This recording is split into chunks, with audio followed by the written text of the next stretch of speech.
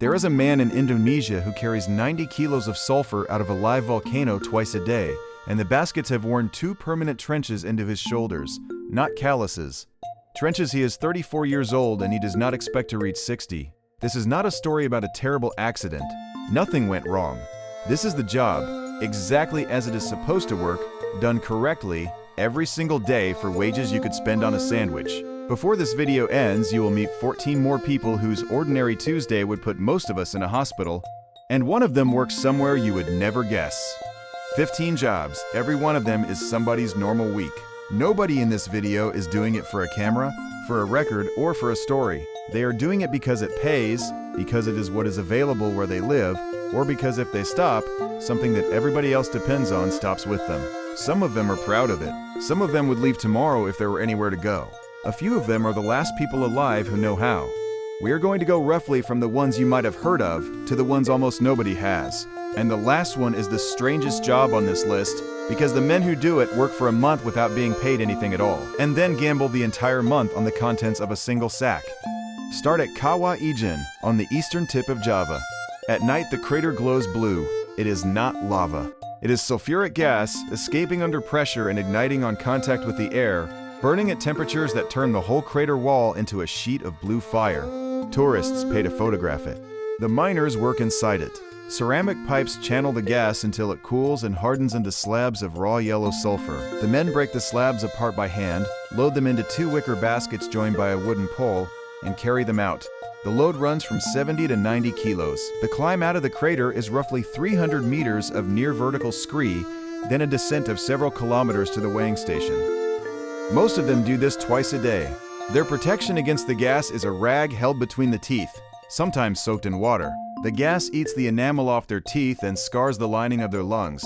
They are paid by weight, which is why nobody carries a lighter basket. This is real, with no digital effects, and the men who do it have names, families, and a very clear understanding of what it is costing them. Here is the detail that stays with you. The same crater is a tourist attraction. Visitors arrive before dawn in rented jackets, photograph the blue fire, and walk back down carrying nothing. The miners pass them on the same path, bent double, and the 2 groups barely look at each other. A full basket earns a few dollars. The men keep working because the alternative work in the region pays less, and because the volcano, unlike a harvest, does not fail. Now go northwest to the middle hills of Nepal and look up at a cliff 200 meters high with a single man hanging off it on a ladder made of braided bamboo and rope. He is a honey hunter, and the combs above him belong to Apis labioria, the largest honeybee on Earth, an insect the size of a human thumb joint. The colonies build on overhangs specifically because almost nothing can reach them there. He climbs with no harness. The only equipment is the ladder, a long bamboo pole to cut the comb loose, a second pole to guide it into a basket, and smoke from a smoldering fire below to calm the bees. The bees are not calm. He will be stung dozens of times before he comes down. And if the ladder shifts against the rock at the wrong moment, there is nothing between him and the valley floor. The honey itself is part of the reason. Some of it is what locals call mad honey, made from rhododendron nectar, and it carries a natural toxin strong enough to cause hallucinations and slow the heart. It sells for a great deal of money abroad. The men on the ladders see very little of that money. The hunts happen twice a year, and the men who lead them are getting old. Younger men are leaving for work in the cities and in the Gulf. And in many villages, there is now one hunter left who knows how to read the cliff, where the ladder can be anchored and which combs can be taken without killing the colony. When he stops, the knowledge goes with him. The third one is the reason this list is not simply a list of remote places. It happens under a city of 20 million people. Mexico City has a drainage system large enough to swallow buildings, and when it clogs, somebody has to go in and clear it by hand. The divers who do this work descend into raw sewage in near total darkness. Their lamps are useless. There is nothing to see. Everything is done by touch. They feel their way along the pipes looking for what is blocking the flow. It might be silt. It might be a mattress, a tree trunk, a motorcycle, or an animal. The suit is sealed and heavy, and a single tear in the wrong place means the water gets in, which is the part of the job the divers themselves describe as the real danger. The city's most experienced diver spent roughly 3 decades doing this, and became something close to a folk figure for it. He describes the work in plain terms. If nobody goes down, the city floods. So somebody goes down. Understand the stakes. Mexico City is built on a drained lake bed, and it is sinking in places by tens of centimeters a year, which slowly breaks the gradient the drainage system depends on. Water that should run downhill stops running. A blockage that would be a nuisance somewhere else is here. The difference between a working city and sewage in the streets. That is the job. Somebody feels for it in the dark. Number 4 goes the other direction, straight up. Across the United States, there are broadcast and communication towers taller than almost any building in the country. The tallest of them push past 600 meters. They have no elevators. When a light burns out or an antenna needs replacing, a climber puts on a harness and goes up the outside, hand over hand, sometimes for over an hour before reaching the work. Then the actual job begins with tools and wind at a height where the tower itself sways in a slow arc that the climbers learn to ignore. For years, this was measured as one of the deadliest occupations in the country, and the deaths were rarely dramatic. A clip not fastened, a bracket that failed. The margin is that thin. Ask a tower climber why there is no elevator, and the answer is economics. A lift on every tower would cost more than the work it saves, and there are tens of thousands of towers. So the climb is the commute. Men take their lunch break clipped to the steel with their boots hanging over 400 meters of open sky, and then they go back to work, because the antenna is not going to fix itself and the network stays down until it does. And the 5th one is the coldest, the Bering Sea in winter on a crab boat. The pots are steel cages weighing hundreds of kilos, and they come over the rail on a deck that is pitching, wet, and frequently covered in ice. A crewman who is standing in the wrong place when a pot swings is not going to have time to move. Men work these decks for shifts long enough that sleep is measured in minutes, in temperatures cold enough that spray freezes to the superstructure and has to be broken off with hammers, because ice building up high on a boat is what makes boats roll over. And if you go into that water, the cold gives you a handful of minutes. The season is short and the money is real, which is exactly why the boats keep sailing. And the men who do it are not adrenaline seekers. Most are there for a specific reason with a deadline attached to it. A mortgage, a family, a season that pays in weeks what a year on land would pay. They talk about the boat the way the sulfur miners talk about the volcano, as something you use while you still can, and get off before it uses you. Pause here for a second because there is a pattern forming and it is worth naming before we go further. Every job in the first half of this list has the same shape. The danger is not an accident waiting to happen. The danger is the method. Carrying 90 kilos out of a crater is not a job that occasionally goes wrong. It is a job that is slowly, reliably destroying the person doing it, on schedule, as designed. The same is true for the diver, the climber, the deckhand, and the man on the ladder in Nepal. And in every single case the reason is the same. And it is not adventure, it is that the work pays more than the alternative available in that place, or that there is no alternative available in that place. Take that seriously, and this stops being a list of extreme jobs and starts being a map of where the world puts its risk. The second half goes further, deeper, colder, and in one case into a supply chain you are almost certainly holding a piece of right now. Number 6 is the deepest workplace on Earth. In South Africa, the Imponen gold mine runs close to 4 kilometers below the surface. The ride down takes about an hour, in stages in a cage that drops fast enough to pop your ears repeatedly. At that depth, the rock itself is hot. The working face sits at around 60 degrees Celsius before anybody does anything to it, which is a temperature at which a human being cannot work for long and cannot sleep at all. So the mine is air-conditioned by brute force. Enormous quantities of ice slurry are pumped down from the surface and blown across the tunnels. And even then the air comes back up at a temperature you would not choose for a shower. The tunnels are narrow because every extra centimeter of rock removed is rock that has to be lifted 4 kilometers. Men work bent over, in heat, in dust, under a weight of stone that is constantly trying to close the space they made. The mine gets small earthquakes of its own, caused by the mining, which the industry calls seismic events and the men underground call something shorter. When one happens, the rock does not creak first. It simply moves. And then the shift ends and they ride an hour back up into daylight, and the gold they spent the day chasing is measured in grams per ton. The ratio is worth holding on to. A day of that, at that depth, at that temperature, produces an amount of metal you could hide under a fingernail. The refrigeration itself deserves a moment. The cooling plant for a mine like this is among the largest in the world, existing purely so that human beings can occupy a space that the planet made uninhabitable long before anybody thought about gold.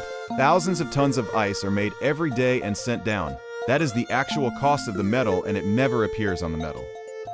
And the men who work there talk about the rock the way sailors talk about weather. It has moods, it makes noises, it gives warnings sometimes and not others. 4 kilometers of stone above your head is not an abstraction to the people underneath it.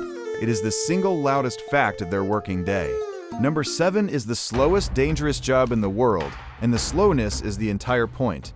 Across Cambodia, Angola, Bosnia, Iraq, and a long list of other places, there are people whose job is to find buried landmines and remove them, one at a time, by hand. The work looks nothing like the films. There is no running. A deminer clears a marked lane a few square meters at a time, on their stomach, sweeping a detector and then probing the soil at a shallow angle with a metal spike, because probing straight down is how you press on a pressure plate. Every signal has to be investigated. Most of them are nails, bottle caps, shrapnel, or a buckle from a war nobody remembers. Occasionally, one is not. The mines themselves have been in the ground for decades. They have corroded, shifted with the rain, and become less predictable rather than more. And they were laid to injure rather than kill, because an injured person absorbs more of an enemy's resources than a dead one, which tells you everything about the intent behind the object the deminer is now lying next to. The reason people do this work is usually visible about 100 meters away. It is a field somebody wants to farm, a path children take to school, a village that has been fenced in by its own soil for 30 years. Deminers are very often local. They are clearing their own ground. The pace is the safety system. A good deminer clears a small area in a full day and considers that a good day, and the moment anybody starts moving faster than the procedure allows, the procedure has already failed. Nothing about this work rewards courage. It rewards patience in a quantity most people do not have. And the maps are decades out of date or never existed. Much of the job is establishing where the mines are not, which is slow, unglamorous, and the only thing that ever gives a village its fields back. Number 8 works above 6,000 meters, and everybody who has ever climbed Everest owes them the route. They are called the Icefall Doctors. Every season, before any client arrives, a small team of Nepali specialists goes into the Khumbu Icefall, a slow-motion collapse of a glacier that moves roughly a meter a day, and builds a path through it out of rope and aluminum ladders. They lash ladders end-to-end across crevasses. They fix lines around ice towers the size of buildings that will fall over at some point, and the whole point of the job is to guess when. Then they maintain it all season. The glacier keeps moving, so ladders shift, anchors pull, and the route has to be repaired again and again, always early in the morning while the ice is still frozen hard. They cross the most dangerous section of the mountain more times in a season than any client will in a lifetime. In 2014, an ice release above that route killed 16 Nepali mountain workers in a single morning. It remains one of the worst days in the mountain's history, and it happened to the people who were there to make it safe for everybody else. The expeditions are named after the clients. The route is built by men whose names do not appear in the headlines. And the economics underneath it are worth stating plainly. The client pays tens of thousands of dollars for the expedition. The Icefall Doctors are paid a fraction of that, carry the greatest exposure of anybody on the mountain, and are usually described in the write-ups, if at all, as support. They are not climbing Everest. That is the thing people misunderstand. Most of them have no interest in the summit at all.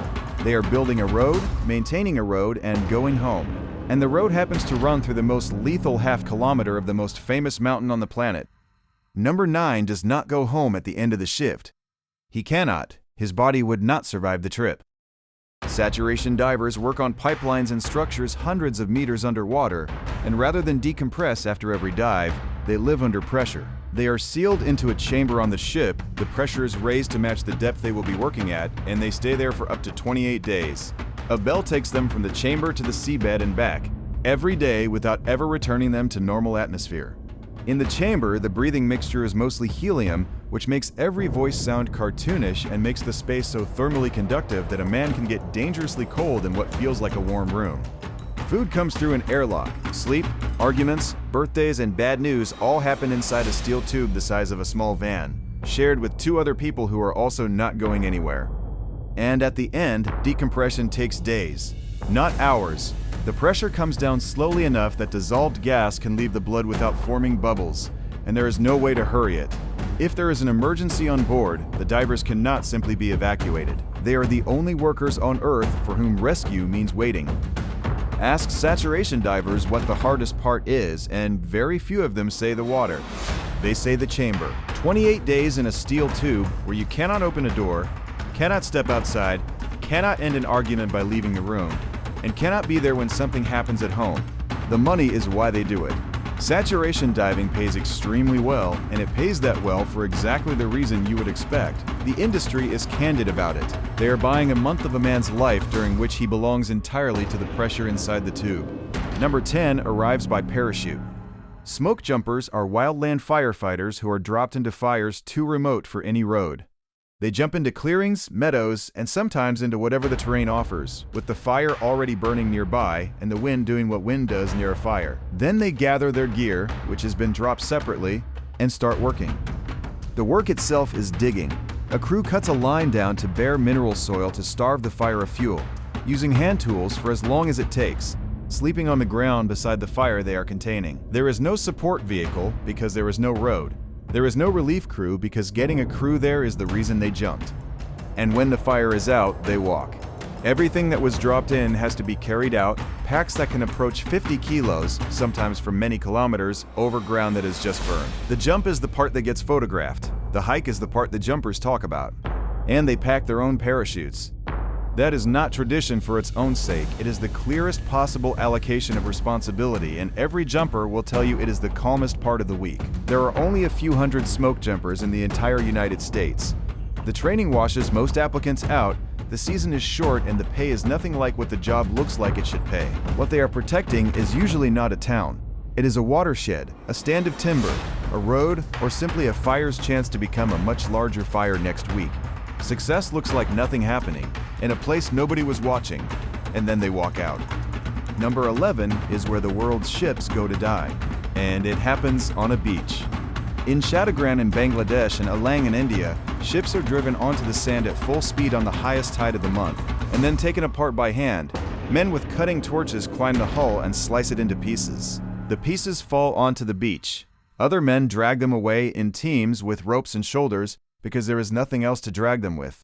There is often no scaffolding. Sometimes there are no boots. The sand is soaked with fuel oil, and the ships arrive with asbestos in the insulation, heavy metals in the paint, and residue in tanks that have to be entered and cleaned by somebody. Falling steel and confined space accidents kill workers here every year, and the numbers that get reported are widely believed to be lower than the numbers that happen. And the steel goes on to build things. A large proportion of the construction steel in Bangladesh comes from this beach. The country gets its metal, the shipping industry gets its disposal problem solved cheaply, and the cost is paid entirely by the men on the sand. Most of the men on that beach came from the north of the country, from farming districts where the land no longer supports the families on it. They arrive young. They send money home. Many of them cannot swim, which matters more than it sounds when your workplace is partly in the water. And the ship takes months to disappear. Workers describe watching a vessel that once crossed oceans shrink week by week under their own hands until there is nothing on the sand but stains. And then the next one comes in on the next high tide, and it starts again. Number 12 is the one that looks impossible even when you understand it. Power lines carrying hundreds of thousands of volts sometimes need repair without being switched off, because switching them off means switching off a region. So a lineman is flown out to the line in a helicopter, and while hovering beside a live conductor, he reaches out with a metal wand and touches it. The arc that jumps at that moment is the man and the aircraft being brought up to the same electrical potential as the wire. Once he is at the same potential, current has no reason to flow through him. He is wearing a suit woven with conductive fiber, a Faraday cage in the shape of a person, and he then climbs onto a wire carrying enough energy to run a city and works there. Nothing about it is casual. The suit, the bonding sequence, the distances, the order of operations, all of it is procedure written in response to somebody who once got it wrong. The job is safe in exactly the way a chemical reaction is safe, completely, as long as every condition holds and not at all otherwise. Watch it once and it looks like a stunt. It is the opposite of a stunt. Live line work exists because the alternative is worse. Taking a major transmission line out of service can mean cutting power to hospitals, water pumps, and factories across an entire region for the duration of the repair. So somebody flies out and touches the wire, and then he lands, takes the suit off, has a coffee, and does the paperwork, because from the inside it is not a spectacle. It is a Tuesday with a very specific checklist. Number 13 is not physically hard at all. It is the isolation that does the damage. At the interior Antarctic stations, the winter crew is a dozen or so people. When the last aircraft leaves in February, no aircraft can land again until roughly November, because the fuel freezes and the conditions do not allow it. Temperatures at the high inland stations pass 80 degrees below zero. For the middle months, the sun does not rise. Nobody is coming. That is the operational fact that shapes everything. If someone develops appendicitis in July, the station deals with it. If a fire takes out a building, there is no replacement building. Crews train for medical emergencies, they will have to handle themselves, and the doctor is one of the people who might be the patient. The European Space Agency studies these winter crews specifically because the isolation resembles a long spaceflight. Sleep cycles break down without daylight. Cognitive performance measurably drops. Small irritations between people with nowhere to walk away to become the dominant fact of the winter. Everybody who has done it says the cold is not the problem. The problem is the sameness. The stations run rituals against it. Film nights, a midwinter dinner, jobs rotated so that everybody cooks. It is not sentimentality, it is engineering applied to morale, because morale is a system that can fail and take the station with it. And then in spring, the first aircraft comes in and the winter crew stands outside to watch it land. Almost all of them describe that moment the same way, and almost none of them describe it as relief. They describe it as the end of something they are not sure they would repeat and are not sure they regret. Number 14 is probably in your pocket right now. In the south of the Democratic Republic of Congo lies most of the world's cobalt, and a significant share of it is dug by hand. Artisanal miners, known locally as cruisers, sink narrow shafts with shovels and improvised tools, sometimes tens of meters deep, with no engineering, no ventilation, and no supports. Collapses happen. They are frequently not recorded anywhere. The ore is carried out in sacks and sold to buyers at the roadside, who sell it onward, and within a few steps it has entered the same supply chain as the industrially mined material. Human rights organizations have documented children working these sites for years. The dust carries cobalt, which does real damage to lungs over time, and the people breathing it have no protective equipment. And cobalt is what makes a rechargeable battery hold its shape through hundreds of cycles. The phone in your hand, the laptop, the car. This is the shortest distance in this entire video between somebody's daily suffering and somebody else's daily convenience, and it is almost completely invisible from the convenience end. And the trade is not illegal in the simple sense. In much of the region, it is the only work there is, and hundreds of thousands of people depend on it, which is precisely why blanket bans have tended to make things worse rather than better for the people digging. Once the ore is mixed and refined, nobody can tell which grams came from a machine and which came from a shaft dug by hand. That is not an accident of the process. For everybody downstream, it is the most convenient possible feature of it. And the last one is the highest and the strangest, because these men are not paid at all for most of the work they do. La Rinconada sits above 5,000 meters in the Peruvian Andes, on a glacier, and is generally described as the highest permanently inhabited settlement on Earth. Tens of thousands of people live there for one reason, which is gold. There is roughly half the oxygen of sea level. There is no sewage system. Most of the miners work under an arrangement called cacherio. They work for a period, often around 30 days, for no wage at all. At the end of it, they are permitted to carry out, on one single day, as much ore as they can lift on their own back. Whatever is in that sack is their pay. It might be worth a great deal. It might be worth almost nothing. They will not know until it is processed. And the processing is often done with mercury in the open, by hand, which is why the streams below the town carry what they carry. The men work in cold, at altitude, breathing dust, gambling a month of their lives on the contents of one sack. And then they do it again. Women are not allowed inside the tunnels by a superstition the town takes seriously, so they work the waste piles outside instead, breaking discarded rock by hand for whatever the miners missed. It is called palaqueo, and it is the bottom of an economy that is already at the bottom. And the town keeps growing. Every year more people arrive, because somewhere below 5,000 meters, the alternative is worse. A settlement that exists at the edge of human physiology, on a melting glacier, for a metal that mostly ends up in a vault and never moves again. One more thing about the money, because it is the part that surprises people most. In almost none of these jobs is the pay life-changing. The sulfur miner earns a few dollars a basket. The shipbreaker earns a few dollars a day. Even the ones that pay genuinely well, the saturation diver and the crab crew, pay well for a season and then stop, which is why the men keep going back. The risk is permanent, and the money is temporary, and everybody involved knows it. 15 jobs, on 5 continents, above the clouds and 4 kilometers under the ground. None of these people are doing something extraordinary. They are going to work. The difference between their Tuesday and yours is not courage, and it is not recklessness. It is where they were born and what was available when they needed money. That is worth sitting with for a moment before you scroll on to the next thing. Because here's what they have in common besides the danger. Every one of these jobs exists because somebody, somewhere, needs the thing at the end of it. Sulfur for matches and for refining sugar. Honey on a shelf. A city that does not flood. A phone signal that works. Gold in a vault. Steel for buildings. Cobalt in the battery that is powering whatever you are watching this on. The chain from the man in the crater to the object in your hand is short, unbroken, and almost completely invisible from the end you are standing on. There is one more thing, and it is the reason this channel exists. Almost every person in this video is proud of the work. Not happy about the conditions, not resigned. Not romantic about it, proud. The deminer who cleared the field the village now farms. The diver who kept the city dry. The icefall doctor whose ladders somebody crossed safely this morning. Skill is skill regardless of where it is exercised, and a lot of the most skilled people on Earth are doing work that nobody is filming. So here is the question. Of the 15, which one could you last a week in? Not a day, a week. Tell me in the comments, and be honest, because I have thought about it and I am not sure I have an answer I would defend out loud. If you want the other half of this world, the places rather than the jobs, the next one is on screen now. Thanks for watching.